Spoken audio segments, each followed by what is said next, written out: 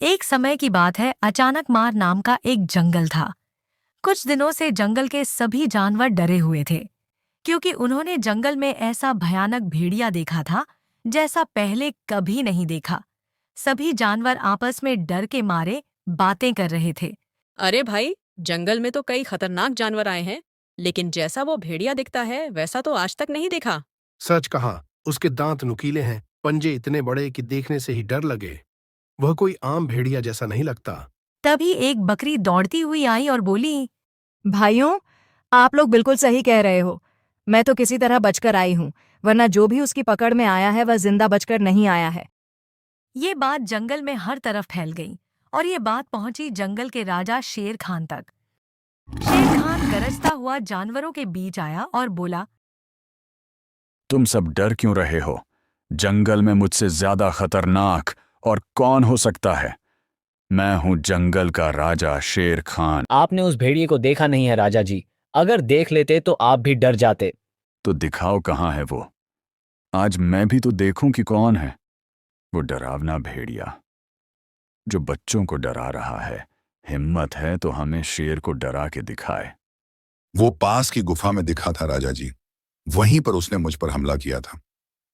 तुम सब चिंता मत करो, आज मैं खुद जाकर उस भेड़िए को सबक सिखाऊंगा। और वो रात को गुफा की ओर चल पड़ा। अंधेरे में वो सतर्क होकर छिप गया। तभी झाड़ियों से सरसराहट की आवाज आई। शेर खान पूरी तरह सतर्क हो गया। जैसे ही झाड़ियों से कोई बाहर निकला, शेर खान के होश उड़ गए। उस जानवर का चेहरा बहुत डरावना था और वो कोई मामूली भेड़िया नहीं लग रहा था। शेर खान बिना एक पल गवाए वहां से उल्टे पांव भाग गया। अगली सुबह जानवरों ने पूछा, क्या हुआ शेर खान? क्या आपने देखा उस भयानक भेड़िए को? हाँ, देखा। और तुम सब बिल्कुल सही कह रहे थे। वो सच में बहुत ही खतरनाक और अजीब भेड़िया है। शेर खान की तो टाई टाई फिस हो गई। सभी जानवर हंसने लगे, लेकिन शेर खान को अपनी बेइज्जती बर्दाश्त नहीं हुई। उसने सोचा, अरे मेरी तो बहुत बेइज्जती हो गई। मैं जंगल का राजा हूं, मुझे अपनी ताकत साबित करनी ही होगी। इस बार वो दिन के उजाले में फिर गुफा के पास गया और उसने देखा कि एक कुत्ता गुफा की ओर जा रहा है और घंटों बाद भी वापस नहीं आया। शेर खान को शक हुआ। कहीं यही तो वो डरावना भेड़िया नहीं जो सबको डरा रहा है। वो चुपचाप गुफा के पास गया और देखा एक कुत्ता भेड़िए का भेष पहने हंस रहा था। वाह, क्या मजा आ रहा है। ये सर्कस वालों की वेशभूषा मिल गई और पूरे जंगल को डरा दिया।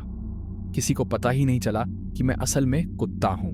शेर खान को गुस्सा आया। ओह, तो यह कुत्ता भेष बदलकर सभी जानवरों को डरा रहा है।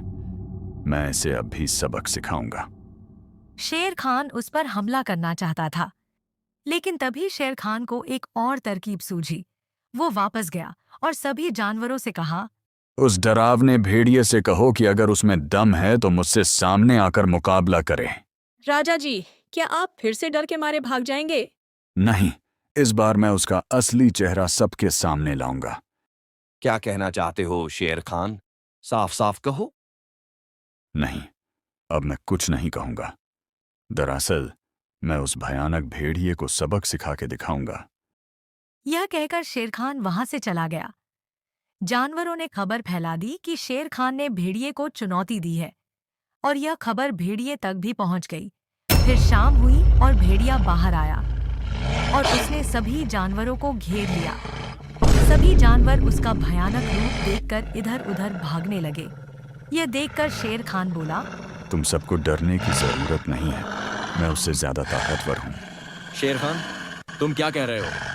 इससे पहले कि यह भयानक भेड़िया तुम्हें मार डाले, भाग जाओ यहाँ से। फिर शेर खान ने उस भयानक भेड़िए को थप्पड़ मारा और उसका मुखौटा उसके चेहरे से उतर गया। मुखौटे के पीछे छिपे कुत्ते का चेहरा सबके सामने आ गया। सभी जानवर उसे देखकर हैरान हो गए। देखो मेरे जंगल वासियों, यही है वो भयानक भेड़िया। अरे, तो मुझे जिसने डराया वो कुत्ता था। जानवर उसे मारने ही वाले थे। तभी शेर खान बोला, रुको, पहले इसकी बात सुनो। क्यों किया तुमने ऐसा? मैं इंसानों के सर्कस में काम करता था। वो मुझसे बहुत बुरा व्यवहार करते थे। न खाना देते थे न प्यार। एक दिन मैं भाग आया, रास्ते में भेड़िए की कॉस्ट्यूम मिल गई और बस डरावना बनकर जंगल पर राज करने का मन कर गया। तुम पर जुल्म हुआ, लेकिन तुमने भी हमारे जंगलवासियों के साथ गलत किया। माफी मांगो। हाँ, माफी मांगनी चाहिए। मुझे माफ कर दो, मैं आगे से ऐसा कुछ नहीं करूंगा। मैं भी इस जंगल में सबका परिवार बनकर रहना चाहता हूँ। सभी जानवर मुस्कुराए और उस कुत्ते को अपनाकर उसके साथ खुशी खुशी रहने लगे।